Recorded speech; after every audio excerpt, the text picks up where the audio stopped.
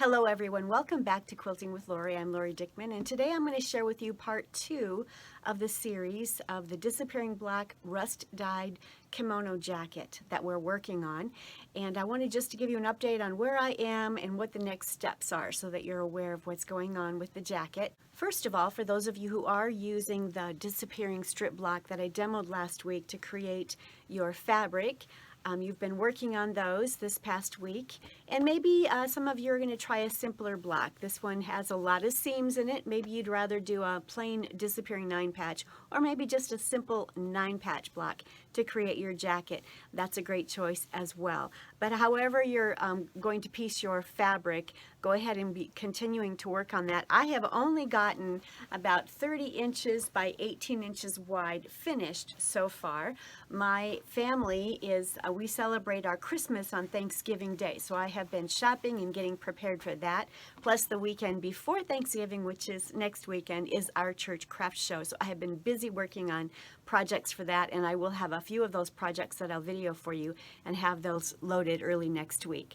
But for the jacket, go ahead and continue working on your fabric that we're piecing. Last week I taught you how to do that disappearing strip block if you choose to work on that. But for all of those of you who are actually rust dyeing some fabric or muslin, make sure that once you rinse it really well, as I had mentioned, then go ahead and wash it after it's been rinsed out. Wash it and dry it and have it nice and soft and ready to go to start cutting up your pieces to create either your blocks or to use it as is. Maybe some of you want to just make a rust dyed kimono jacket without any piecing involved at all.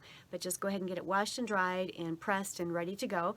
Then what you're going to want to do is choose some sort of a batting and a lining. For my pieced fabric, I am going to use this as my lining of my jacket, and I'm going to use a flannel for my batting, if you will. You can certainly use a thin batting, whatever you choose. But I decided I'm going to go ahead and use this flannel for my jacket. So once I have my fabric large enough, and I'm going to need to make sure that I have it so that it's at least 60 inches long by 40 inches wide in order to fit my 2 jacket pieces on it. Once I have the fabric pieced and ready to go, then I'm going to put the fabric and the batting, or the flannel in my case, and the backing on my quilt frame and get it quilted.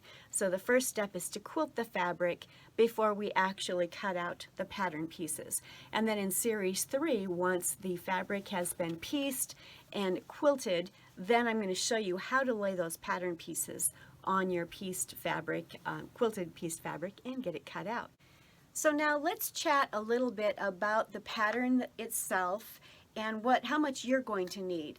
What I had done, once I cut out this pattern, I kind of laid it on my body to decide if it was too long. I'm quite short, and so I knew I was going to have to remove some length. So what I did right down in here, I literally just folded it up 1 inch, which meant that I'm reducing it by 2 inches in length, and just made sure that this line is running parallel there, and taped that. Now let's say that I don't want as much of an arm. I could certainly do the same thing with that. Just flip it here and tape it and put a crease in there in that pattern, and make sure whatever you do on the front, you do on the back. It has to be identical.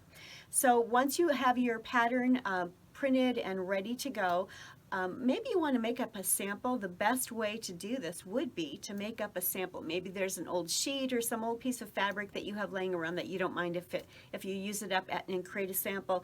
Go ahead and cut out, place it on the fold. The back of your fabric is going to be placed on the fold as you cut it out, and then the front is also going to be on the on double fabric, but you're going to cut all the way around it. And then you're simply going to be sewing the side seams and the shoulder seams, and this front is going to stay open. But then lay it on you and just see, what do you think? Is it too long? Is it too wide?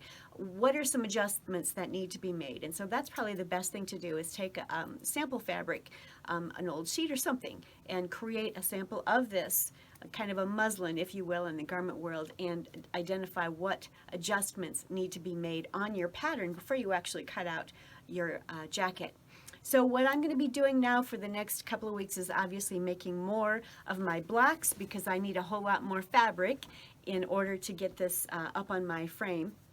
And for me and for you, identify when you lay these patterns out, once you identify your length and the width, identify from that how long your fabric needs to be. In my case, these are both about 30 inches long. So I need 60 inches long in my fabric.